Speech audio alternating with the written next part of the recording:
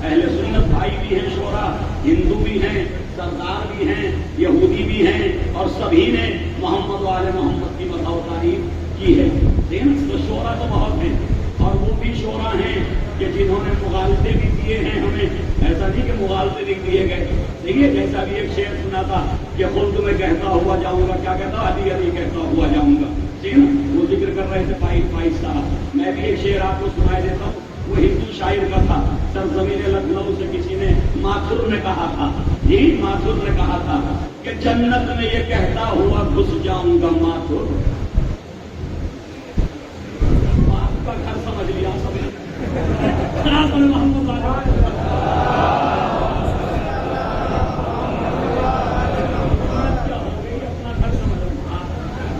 چاہے جنت میں گزرے، جیسے وہاں کوئی ہے ہی نہیں. ہمارا جنت میں پہنچو تو صحیح، اتنا تو بہت دور کی بات ہے. صلاۃ ہے محمد آل محمد. جنت میں یہ کہتا ہوا گھس جاؤں گا ماتھر، شبیر کے قدموں کے نشان ڈھونڈ رہا ہوں. ٹھیک نا، اب یہ تنقید کر رہا تھا، اس لیے بس میرے دادی کی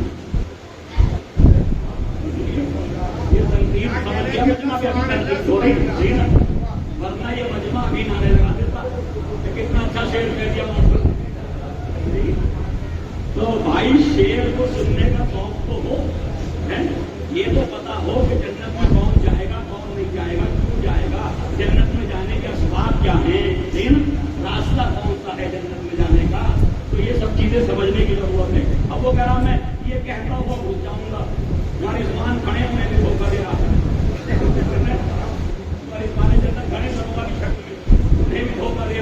کہہ رہے یہ کہتا ہوا کچھ جاؤں گا کہ شبیر کے قدموں کے نشان ڈھونڈ رہا ہوں. کس طرح مقابلہ کیا جاتا. ارے خداوند عالم نے وہاں تو عالم نور میں رکھا تھا، تو وہاں قدموں کے نشان آئیں گے کہاں سے؟ جہاں عالم نور میں تھے وہاں قدموں کے نشان بنیں گے کہاں سے؟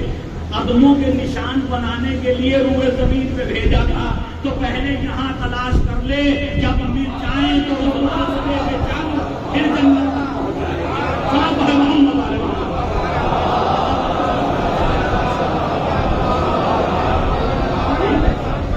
پہلے یہاں تلاش کر لے نقش قدم.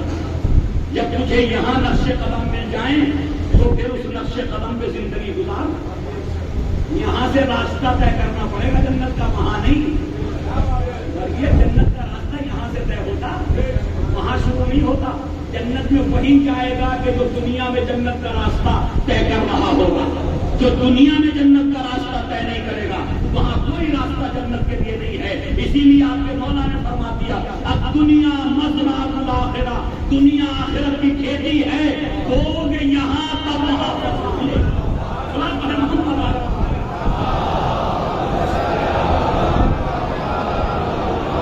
اور ایک شعر کسی اپنے نے کہہ دیا تھا، شعروں کا میرا کوئی میدان نہیں ہے، میں غور کرتا ہوں شعر، لیکن کچھ شعر بہن میں رہ جاتے ہیں.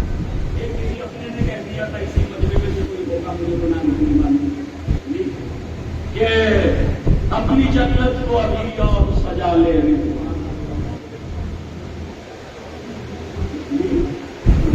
اپنی جنت کو، اس کی جنت ہے وہ رضوان کی ہے یا اللہ کی؟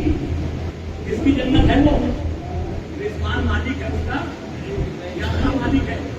وہ اللہ کے حکم سے سجی ہوگی یا رضوان نے اپنے خواہش سے سجا دی؟ بھائی اللہ کے حکم سے سجائی نا رضوان نے، اپنی خواہش، اپنی تمنا، اپنی مرضی سے وہی سجائی نا. اللہ کی جنت ہے، رضوان کا کچھ ہے نہیں. وہاں رضوان کو دروازے پہ کھڑا ہے، وہ تو کیا جنت میں بھی نہیں. سنا پڑے محمد والے محمد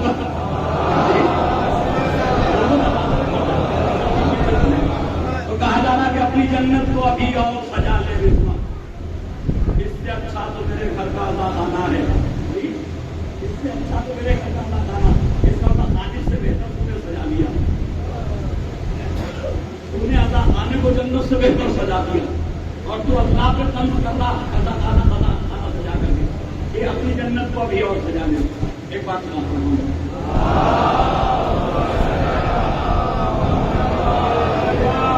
عزیزان گرامی، یہ اشعار ایسے ہیں کہ جس میں کہیں نہ کہیں کفر جھلکتا ہے.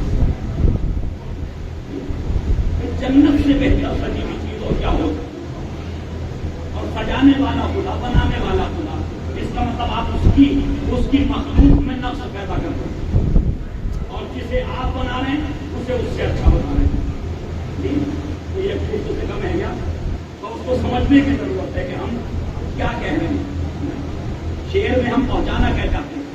مقصد کبھی اہل بیت نے اللہ کے نام کو اور اللہ کی صفات کو اس میں جو ہے کسی طرح کی کمپرومائز نہیں کیا کہ جس کا جو دل چاہے وہ اللہ کے سلسلے میں خیالات پیدا کر دے. ایسا نہیں ہے. اہل بیت نے ہمیشہ یہ بتایا کہ اللہ کی جو صفات ہیں ان صفات پہ ہمیں یقین کامل رکھنا چاہیے کہ اس سے بہتر اس کائنات میں کوئی نہیں ہے، اس کی صفات سے بہتر اس کائنات میں کسی کی صفات نہیں ہے. میں ایک بار سمجھو کے ساتھ اپنے مضمون کی طرف عزیزان گرامی، آج حضرت جناب امام زین العابدین علیہ السلام کی شہادت کی تاریخ، یہ شب شہادت ہے. اور بس اب میں نے ساری باتوں کو درگزر کرتے ہوئے میں آتا ہوں امام کی طرف. حضرت امام حسین علیہ السلام نے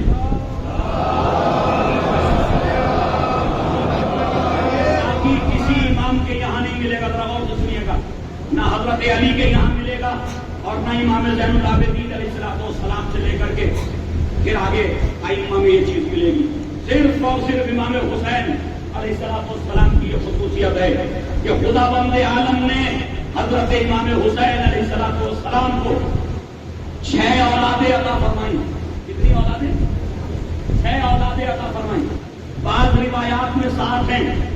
کوئی ایسا نہ ہو کہ کسی نے پک رکھی ہو اور وہ یہ کہہ دے کہ مولانا کو شاید اس پہ نظر نہیں تھی. نہیں، نظر اس پہ بھی ہے، صحیح ہے. لیکن جو معتبر روایات ہیں، معتبر روایات میں خدا بند عالم نے امام حسین علیہ السلام کو 6 اولادیں عطا کی.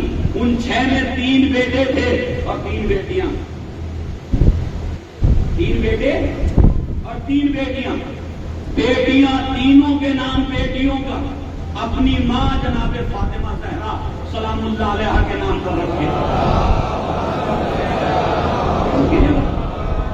اپنی والدہ ماجدہ جناب فاطمہ زہرا سلام اللہ علیہ کے نام پر رکھے. تینوں بیٹیوں کے نام.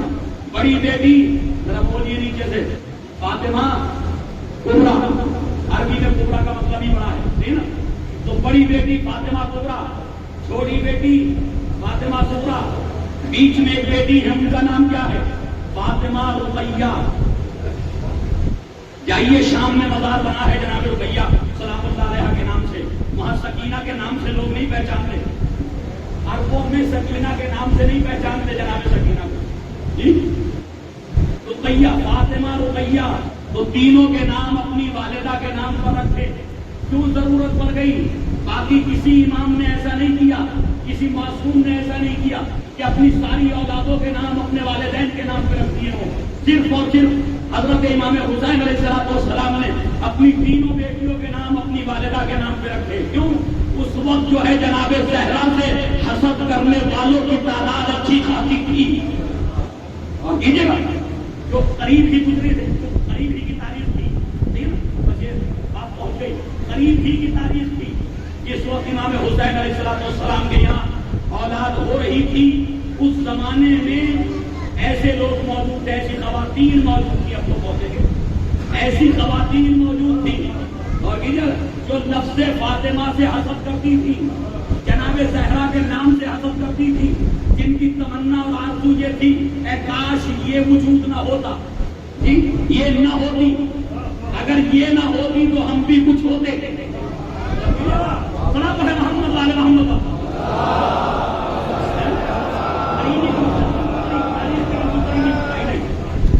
تو لہٰذا جناب فاطمہ زہرا کے نام پہ رکھے کہ حسد کرنے والوں کا حسد کامیاب نہ ہو سکے. وہ مٹانا چاہتے تھے، ہمارے مولا اس نام کو بچانا چاہتے تھے. تو نام رکھا فاطمہ کبریٰ، فاطمہ صغریٰ، فاطمہ رقیہ. انہی فاطمہ رقیہ کو پیار میں سکینہ کہتے تھے. عربی میں لفظ سکینہ ہے اور اردو میں سکینہ ہو گیا ہے، سکون دینے والی. صحیح ہے. تو لہٰذا یہ 3 بیٹیاں. اب 3 بیٹے امام کے، امام حسین علیہ السلام کے، ان کے نام بھی بالکل ویسے ہی ہیں. جی اب بولیے نیچے سے. علی اکبر، علی الاوسط، امام زین العابدین علیہ السلام کا نام کے ساتھ کیا ہے؟ علی الاوسط، بیچ والے علی، اور سنیے گا علی الاکبر، علی الاوسط، علی الاصغر۔ علی الاصغر جس کا نام ہے عبداللہ رضی۔ عبداللہ رضی کیوں کہا گیا اس بچے کو، شہزادے کو؟ اس لیے کہا گیا کہ ابھی دودھ پی رہے تھے، دودھ پینے والا اللہ کا بندہ عبداللہ، اللہ کا بندہ، ریضوان یہ عین رضی، رضی دودھ پینے والا۔ ذرا یہ بھی باتیں نوجوانوں کے اذہان میں رہے، ٹھیک نا؟ عبداللہ رضی یعنی علی اصغر کا دوسرا نام تاریخ نے لکھ دیا عبداللہ رضی، یعنی دودھ پینے والا اللہ کا بندہ، یہ ترجمہ ہوگا اس کا۔ تو یہ تینوں کے نام اپنے باپ کے نام پر رکھے۔ اب ذرا غور سے سنیے گا، امام زین العابدین علیہ السلام، اچھا یہ روایت اب جو میں بیان کر رہا ہوں، یہ روایت اہل تشیع کی نقل کردہ نہیں ہے، یہ ہمارے طریقے سے نہیں آئی ہے، یہ روایت علماء اہل سنت نے اپنی کتابوں میں لکھی ہے۔ لہذا جب اہل سنت کی لکھی ہوئی روایات کو، نقل کردہ روایات کو سنا جائے تو اسی ذہن سے سنا جائے کہ جو ذہن اہل سنت کا ہے۔ اگر آپ اپنے ذہن سے اس روایت کو سنیں گے تو اس روایت میں بہت سی کمزوریاں نظر آئیں گی، بہت سے اشکال اور بہت سے اعتراضات نظر آئیں گے۔ اور تاریخ کو جب بھی پڑھیے تو تاریخ کے اعتبار سے پڑھیے، اور کیجیے گا وہ اس کے باقی مسائل جو ہیں وہ بعد میں حل کریں گے۔ پہلے جو روایت جیسے ویسے بیان ہو جائے پھر اس پہ ہمیں اس کی جو ہے وہ شرح کریں۔ صلاۃ ہے محمد وعلی محمد پر۔ سنیے روایت یہ کہتی کہ ایک روز امام زین العابدین علیہ السلام مدینے کی ایک گلی سے گزر رہے تھے، مدینے میں گلی سے گزر رہے تھے، ادھر سے امام جا رہے تھے، ادھر سے مروان ابن حکم آ رہا تھا۔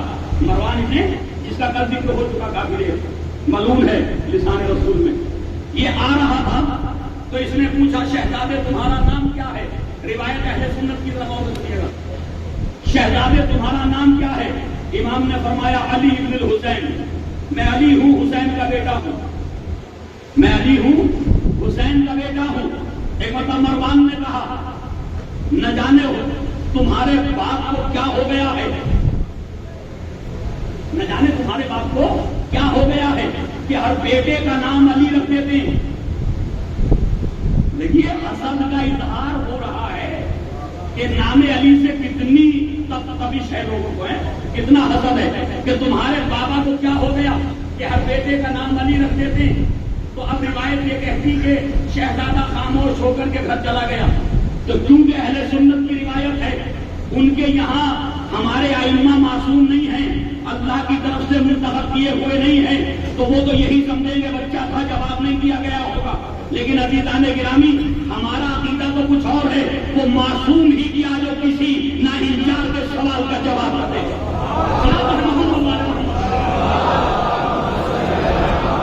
یقیناً امام نے کوئی نہ کوئی جواب دیا ہوگا، یقیناً امام نے کوئی نہ کوئی جواب دیا ہوگا، اور جواب یقیناً چبھتا ہوا ہوگا، جی جواب یقیناً چبھتا ہوا ہوگا بنو بھیا کے لیے، لہذا اس کو پردے میں ڈال دیا کہ اسے چھپا دو، باقی گفتگو رکھ دو، صحیح نا؟ اب وہ کہتے ہیں کہ اب جب امام، اب آگے روایت پڑتی کہ جب امام زین العابدین علیہ السلام اپنے گھر پہنچے تو جناب امام حسین سے جا کے اس کا ذکر کیا، بابا آج مروان راستے میں ملا تھا، اس نے یہ سوال کیا، میرا نام پوچھا، میں نے اسے جواب دیا، میرا نام علی بن الحسین ہے۔ تو اس نے کہا تمہارے باپ کو کیا ہو گیا؟ سب کے نام علی رکھ دیتے ہیں۔ تو امام نے کہا بیٹا اگر دوبارہ ملے، اب دیکھیے یہ روایت وہاں ہے، دوبارہ ملے اور تم سے یہ سوال کرے اور پھر یہ کہے تمہارے باپ کو کیا ہو گیا، تو اس سے کہنا تم چاہتے ہو کہ علی کا نام روئے زمین پہ باقی نہ رہے، میرا باپ چاہتا ہے کہ علی کا نام روئے زمین سے مٹنے نہ پائے۔ اگر ہم تین نہیں، اگر میرے باپ کو خدا 40 بیٹے دیتا تو 40 کے 40 کے نام علی رکھ دیتا۔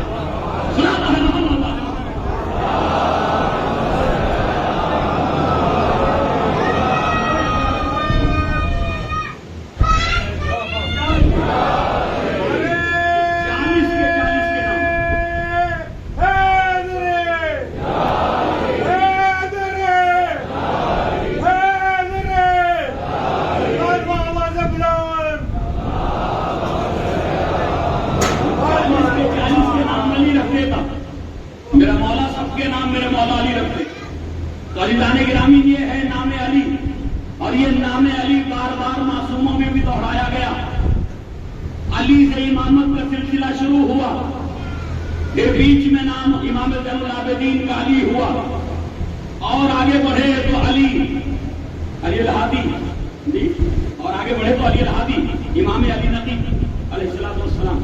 تو یہ اسما دہرائے جاتے رہے، معصومین کے ناموں میں بھی ایک محمد دہرایا گیا، ایک علی دہرایا گیا، کیوں کہ تاکہ محمد کے دشمن بھی بہت تھے، علی کے دشمن بھی بہت تھے، تو کبھی محمد کی شکل میں محمد کے نام پہ دوسرے معصوم کو بھیج کے بتایا کہ کہاں کہاں دشمنی کرو گے، جو کمالات ان کے تھے یہ وہی کمالات ان کے ہیں۔ کبھی علی کا نام دوہرا کر کے بتایا گیا کہ کہاں تک علی سے دشمنی کرو گے، ہر زمانے میں ہم علی کو رکھ کر کے بتائیں گے کہ اگر اس علی کو پہچاننا ہے تو اس علی کو پہچاننا۔ صلاۃ علی محمد والے محمد۔ اب آئیے، کربلا کا واقعہ ہو گیا، ذرا جلدی میں عرض کر رہا ہوں، کربلا کا واقعہ ہو گیا۔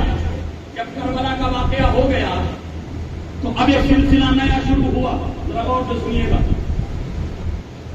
سب سے پہلے تو جو فائز صاحب نے اشارہ کیا اس طرف دو باتیں کہہ دو جلدی سے، سورہ کوثر کی طرف۔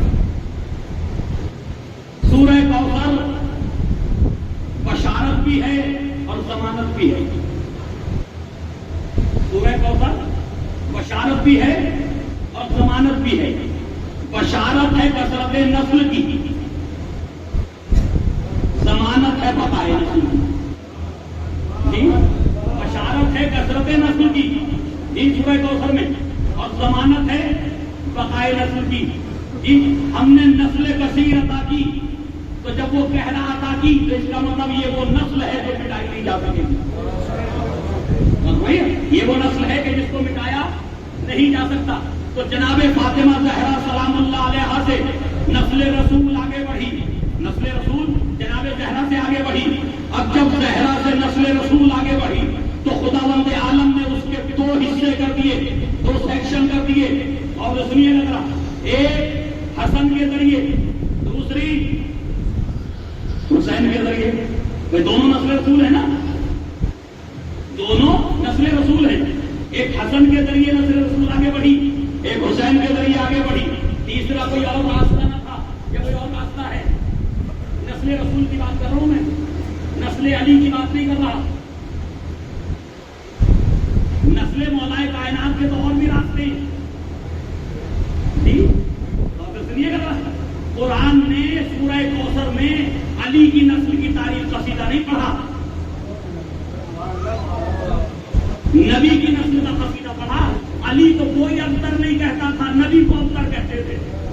تو اگر ابتر ہونے نے کسی کو، نبی کو کسی نے ابتر ہونے سے بچایا تو وہ علی کے بیٹے تھے۔ نبی کو ابتر ہونے سے اگر کسی نے محفوظ رکھا تو وہ زہرا کے بیٹے تھے۔ اے مسلمانوں، اگر یہ نہ ہوتے تو تمہارا نبی بھی ابتر ہو جاتا۔ اگر یہ نہ ہوتے تو تمہارے نبی بھی ابتر رہ جاتے، مقبول نسل رہ جاتے۔ تو لہذا ان کو خداوند عالم نے نسل رسول کو آگے بڑھانے کا ذریعہ قرار دیا۔ اب ایک طرف امام حسن کی نسل، دوسری طرف امام حسین کی نسل۔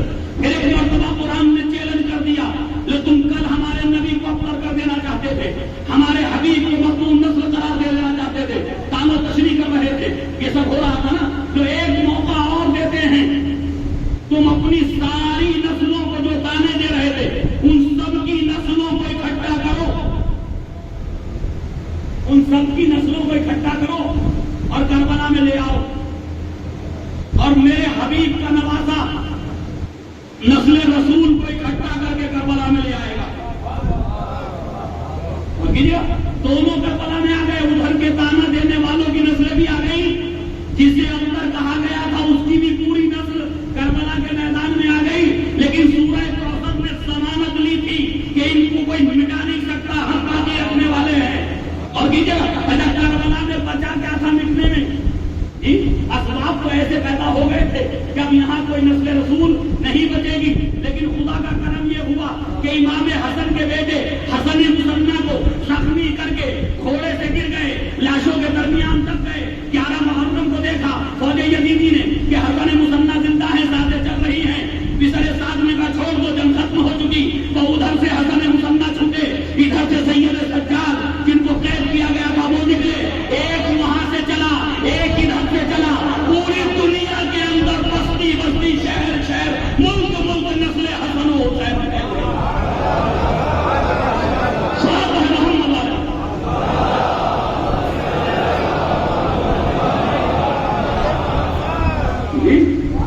دونوں حصوں کو بچایا، خدا نے نہیں بچایا، ایک نہیں دونوں بچائے۔ امام حسن مصنع کی اولاد آج ایران میں موجود ہے، بڑے بڑے علماء جید علماء ان کی اولاد میں پیدا ہوئے حسنی شاداب میں، جنہیں تبا تبائی کہا جاتا، تبا تبائی تو آج موجود ہے ایران کے اندر۔ کس کی نسل سے؟ حسن مصنع کی۔ کس کے بیٹے حسن مصنع؟ امام حسن مصطفیٰ کے، یعنی وارث نسل رسول ہیں۔ اور دیجیے گا، اور دوسری طرف ایک بیمار جو کربلا میں تھا، تو یہیں رک کر کے ذرا غور سے سنیے گا۔ یزید نے 12 یا 14 بیٹے چھوڑے، یزید نے مرتے وقت 12 یا 14 بیٹوں کی روایت ہے، 12 یا 14 بیٹے چھوڑے۔ امام حسین نے ایک بیٹا چھوڑا کربلا کے میدان میں۔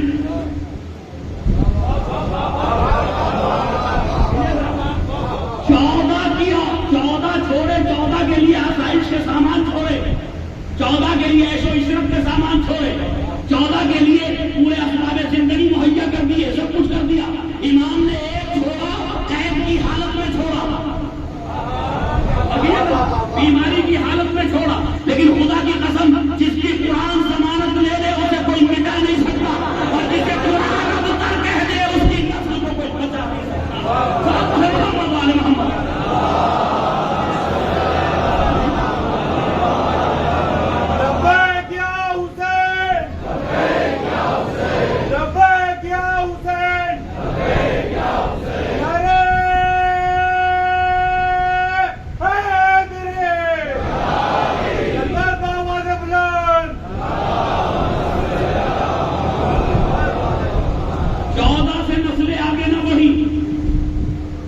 نسلیں ناپید ہو گئی، ایک سے اتنی نسل بڑھی، کوئی ملک نہیں، کوئی شہر نہیں، کوئی بستی نہیں کہ جہاں زیدی نہ ہو اور جہاں حسنی نہ ہو۔ اور میں زیدی کیوں کہوں، میں کیوں کہوں زیدی؟ یہ تو ایک اور دائرے کو محدود کرنا ہے، میں دائرہ محدود کیوں کروں؟ ارے جب خود زین العابدین بھی امام حسین کی اولاد میں ہیں، امام محمد باقر بھی امام حسین کی اولاد میں ہیں، یا یوں کہوں کہ امام زین العابدین کے بعد جتنے امام، جیسے خود امام زین العابدین اور باقی امام سب امام حسین کی اولاد، ویسے باقی امام سب کے سب امام زین العابدین کی اولاد۔ جی تو زیدی کو ہم نے جناب زید کی وجہ سے کہا، ورنہ تقوی بھی زیدی ہیں، نقوی بھی زیدی ہیں، جعفری بھی زیدی ہیں، باقری بھی زیدی ہیں، سب زیدی تو ہیں۔ کوئی ایمان کا ایک ہی بیٹا تو تھا، اسی سے تو یہ نسل آگے بڑھی۔ تو عزیزان گرامی یہ قرآن کی ضمانت تھی، یہ قرآن کی ضمانت تھی کہ قرآن نے ضمانت لے لی کہ ہم اس نسل کو مٹنے۔ اور اب یہاں وہ جملہ کہہ دوں، سید حسن رسول اللہ کو جب دھمکی دیتے ہوئے کسی نے کہا تھا اسرائیل سے ہم مٹا دیں گے، ہم مٹا دیں گے، تو سید حسن رسول اللہ نے خطبہ دیتے ہوئے کہا تھا، بڑے مزے کی بات کہی تھی سید حسن رسول اللہ نے، خدا ان کے عالم ان کو صحت و سلام دیا تھا، کہنے لگے کہ جو کربلا میں نہ مٹ سکے، اگر مٹنا ہوتا ہمیں تو کربلا میں مٹ جاتے، جو کربلا میں نہ مٹایا جا سکا اسے کوئی نہیں مٹا سکتا۔ ساتھ ہے محمد والے محمد۔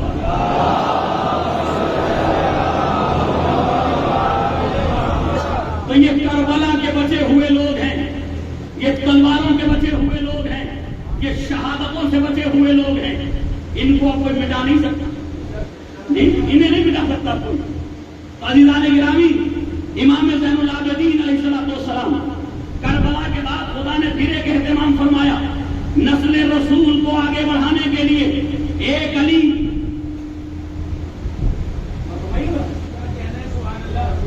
جب ابتر کے تانے دیے جا رہے تھے، جب مقبول نسل کہا جا رہا تھا، تو نبی کی نسل کو، اپنے محبوب کی نسل کو آگے بڑھانے کے لیے ایک علی اور ایک فاطمہ کو ذریعہ بنایا تھا۔ ایک علی اور ایک فاطمہ کو ذریعہ بنایا تھا۔ پتا چلا کہ جب جب نسل رسول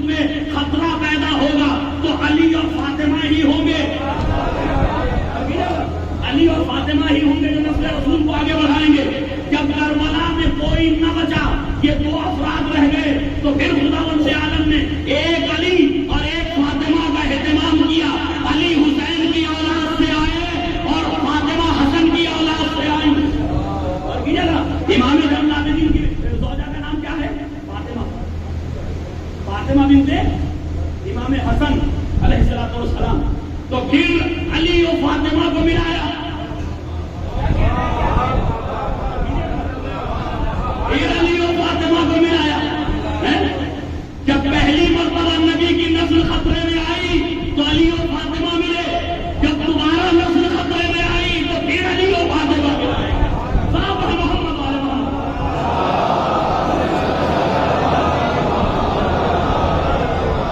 پھر دوبارہ سے علی و فاطمہ. جناب فاطمہ امام حسن کی بیٹی اور جناب امام زین العابدین امام حسین کے بیٹے. تو دونوں کے ذریعے پھر نسل زہرا آگے بڑھی، نسل رسول آگے بڑھی. عزیزان گرامی، اسی لیے میں اپنے بچوں کے لیے عرض کرتا ہوں یہ بات.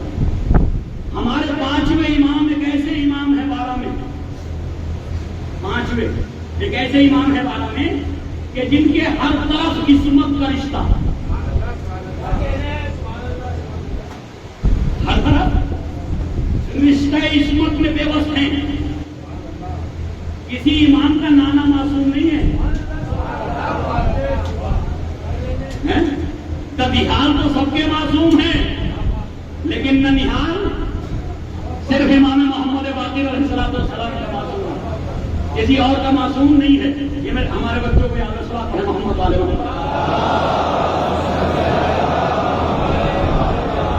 عزیزان گرامی، امام زین العابدین علیہ السلام کی عمر مبارک کربلا کے میدان میں جو لکھی مورخین نے وہ 22 سال یا 23 سال، 22 سے 23 سال. اس 22 یا 23 سال کی ایج میں، اس عمر مبارک میں حضرت امام زین العابدین علیہ السلام کا جلال اور شجاعت ہوتی کہ جب پہلی نظر لشکر یزیدی پہ پڑی، سید سجاد کی پہلی نظر لشکر یزیدی پہ پڑی جو لشکر جمع ہو چکا تھا. تو ایک مرتبہ میرے مولا نے امام حسین کے سامنے جملہ کہا، بابا یہ لشکر ہے ہی کتنا؟ یہ لشکر ہے ہی کتنا؟ اسے تو ایک سید سجاد کافی ہے. لیکن یہ مصلحت الہی تھی کہ سید سجاد کو میدان جنگ میں نہیں آنا تھا، نسل امامت کو بچانا تھا. لہذا وہ وقتی طور پہ جو ہے بیماری کا جو ذکر ہے. اور میں اپنے نوجوانوں سے، اپنے نوحہ نگاروں سے اور مرثیہ نگاروں سے ایک بات پہنچانا چاہتا ہوں آج اس کے اوپر. اگر تلخ نہ گزرے، اگر کسی کو تلخ لگے تو مجھے معاف کیجیے. میری ذمہ داری ہے جو میری سمجھ میں آ رہا وہ پہنچاؤں. یاد رکھیے کہ نوحوں میں بہت سے القاب ہیں امام زین العابدین علیہ السلام کے. جی، ان القاب میں سے آپ زکی کا استعمال کر سکتے ہیں، سجاد کا استعمال کر سکتے ہیں، آپ زین العابدین کا استعمال کر سکتے ہیں، سید الساجدین کے لقب کا استعمال کر سکتے ہیں. بہت ہے نا صاحب، القاب کی کوئی کمی تو نہیں ہے. جی، القاب تو بہت ہے. تو پھر یہ بیمار ہی کیوں ہے؟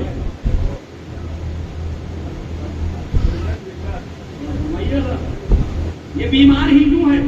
عزیزان گرامی، جب ہم بار بار بیمار کا لفظ استعمال کرتے ہیں تو سامعین کے ذہن میں یہ آتا کہ یہ ہمیشہ بستر بیماری پہ رہے ہوں گے، ہمیشہ بستر بیماری پہ رہے ہوں گے. جبکہ ایسا نہیں ہے. امام سجاد بیمار نہیں تھے، آنے والی قوموں کے مسیحا تھے. محمد والے محمد انسانیت کے لیے مسیحا تھے امام سجاد، بیمار نہیں تھے. بیماری تو وقتی طور پر صرف جہاد کو ثابت کرنے کے لیے، صرف جہاد کو ثابت کرنے کے لیے کہ ادھر معصوم اگر یہ نعرہ بلند کرے حل من ناصر ینصرنا، تو جہاد کس پہ ثابت ہے؟ بیمار. تو مصلحت خداوندی کہ تھوڑی دیر کے لیے بیمار کر کے نسل امامت کو بچایا. اچھا، ہم میں سے کون بیمار نہیں ہوتا بھائی؟ جی،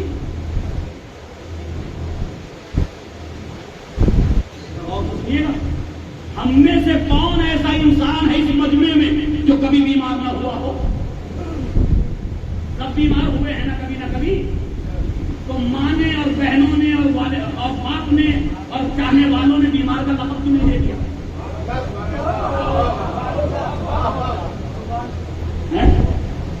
بھائی بیمار کا لقب کیوں نہیں ملا کسی کو آج تک؟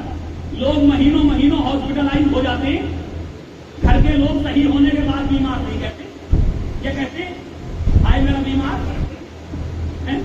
تو عزیزان گرامی تھوڑا سا اس طرف بھی توجہ رکھیے کہ امام مصلحتاً بیمار تھے، مصلحت تھی. تو جب ہم کسی بیمار ہونے والے کو بیمار کا لقب نہیں دیتے تو پھر اپنے مولا جو مسیح انسانی ہو اس کو ہم کیسے بیمار کہہ سکتے ہیں؟ لہذا امام کے لیے ان القاب کا استعمال نہ کیجیے. اور یہ رسالے میں نکلا تھا، اس کو بھی سن لیجیے، تہران میں نکلا تھا انقلاب سے پہلے. اس کو شہید مرزا مطہری صاحب نے پیش کیا تنقید کے طور پر.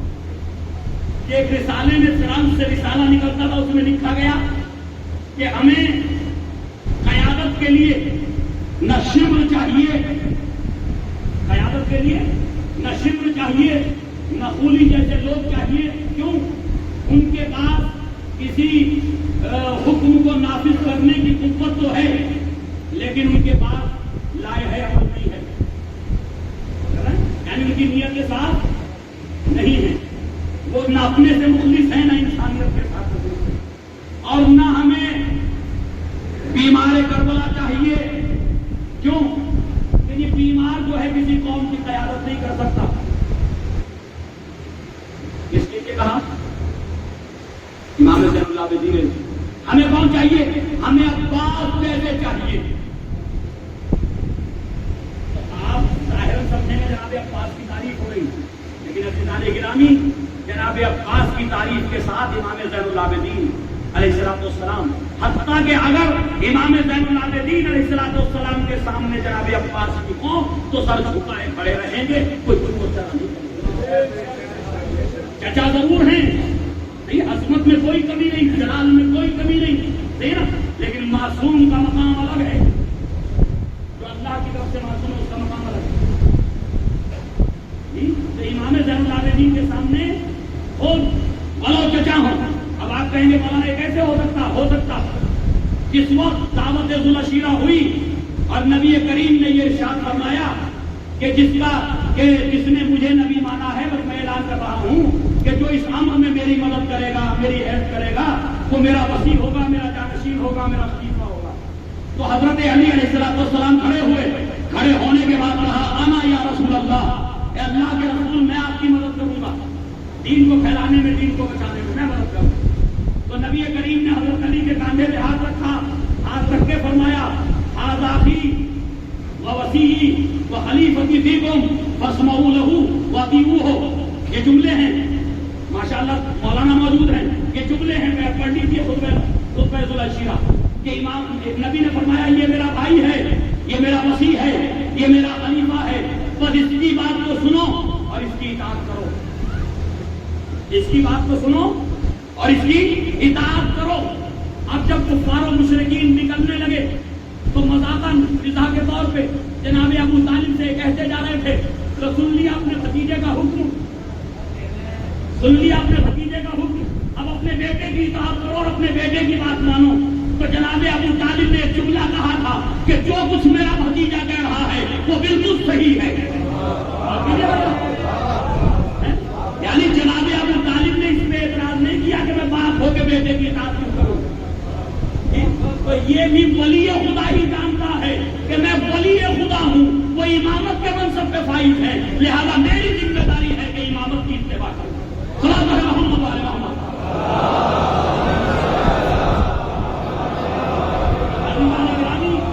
جناب امام زین العابدین علیہ السلام بمختصر سے کچھ واقعات اور کچھ باتیں ہم کرنا ہے، جو کلا کام نہیں کرنا. عزیزان گرامی جناب امام زین العابدین علیہ السلام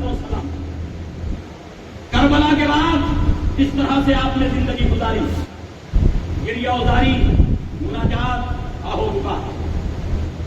لوگ سمجھتے ہیں کہ رونا بزدلی کی علامت ہے، رونا بزدلی کی علامت ہے، رونا اچھا نہیں ہے. انسان کو مرد کو دیکھ نہیں دیتا. لیکن عزیزان گرامی اگر وہ رونا کسی مقصد اور کسی ہدف کے لیے ہو، اگر کسی مقصد اور کسی ہدف کے لیے ہو تو اس رونے میں بزدلی نہیں ہے، وہ رونا بھی شجاعت کی علامت ہے. امام زین العابدین علیہ السلام نے جتنا گریہ کیا شاید کسی نے اتنا گریہ نہیں کیا، لیکن اس گریہ کا ایک مقصد تھا، اس گریہ کا ایک ہدف تھا. وہ ہدف یہ تھا کہ کربلا کا پیغام اس رونے کے ذریعے پہنچ سکے.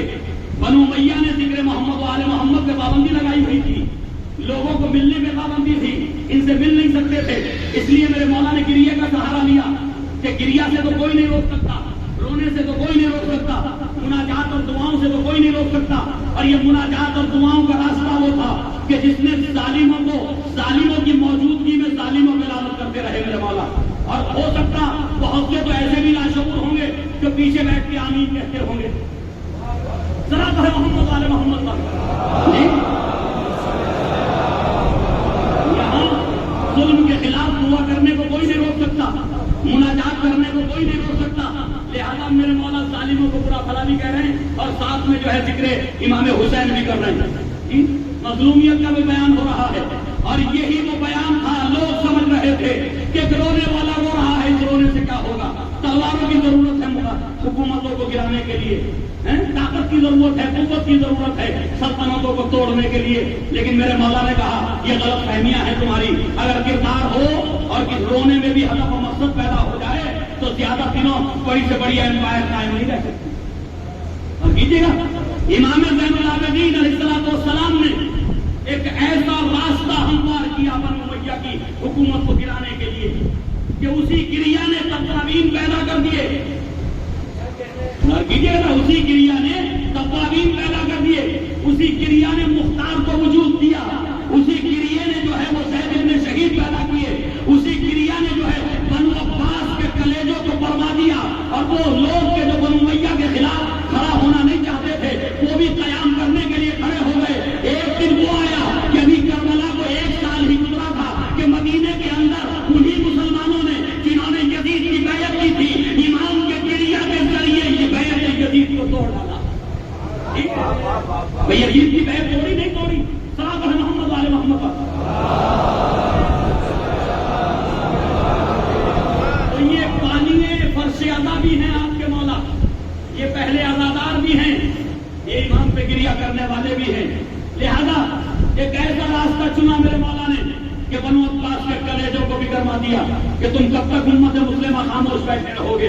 نبی کا چمن جو ہے تاراج کر دیا گیا اور اس کا نتیجہ کیا ہوا کہ صرف اور صرف امام صادق علیہ السلام کا زمانہ آتے آتے 2 نسلیں نہ گزری کہ بنو امیہ کی حکومت ختم ہو گئی. اور بنو امیہ کے خلاف خروج تو جبھی ہو گیا مدینے میں امام کی موجودگی میں جو واقع ہررا ہوا اور اس واقع ہررا کے اندر بھی امام کی جو اپنی حیثیت تھی وہ کسی کی نہیں تھی. مروان اور بنی مروان کے کم سے کم 100 آدمیوں کو امام زین العابدین علیہ السلام نے اپنے گھر میں بنا دی. اور جب یہ بنو امیہ کی خواتین امام کے گھر سے نکلی، جب ان سے پوچھا گیا کہ تمہارا خیال کس طرح تمہارے آسائش اور تمہاری ذمہ داریوں کو کیسے پورا کیا، تو انہوں نے کہا اتنی آسائش تو ہم نے اپنے گھر میں نہیں دیکھی جتنی ہم نے علی بن الحسین کے گھر میں دیکھی. فیضان گرامی یہ کوئی معمولی نہیں تھا گریہ، اس گریہ ہی نے بنو امیہ کی حکومت کو ختم کیا، اس فرش ادا ہی نے بنو امیہ کی حکومت کو ختم کیا. اور یہ فرش ادا ہے. کبھی ملا متین صاحب نے کلکتے سے رسالہ نکالتے تھے، اس میں کہا تھا کہ یہ گریہ کن قوم یہ کیا کر سکتی ہے. گریہ کن کا نام دیا تھا انہوں نے شیعہ قوم کو. یہ کیا کر سکتی ہے؟ ہمیں یہ گریہ کن قوم وہ کر سکتی ہے کہ جو 56 ممالک مسلمانوں کے نہ کر سکتے. جو 56 ممالک مل کے نہ کر سکے اس گریہ کن قوم کے ایک ملک نے وہ کر کے دکھا دیا. تو عزیزان گرامی طول تاریخ میں یہ گریہ ایک تاریخ ہے ہمارے پاس. لہذا گریہ کو ایسا بنا لو کہ جب یہ آنسو جو ہے وہ ہماری آنکھوں سے نکلے تو ظلم کی حکومتیں سیلاب میں بہ جائیں، تب جو ہے جا کر کے کوئی بات بنے. اصلاح پر محمد والے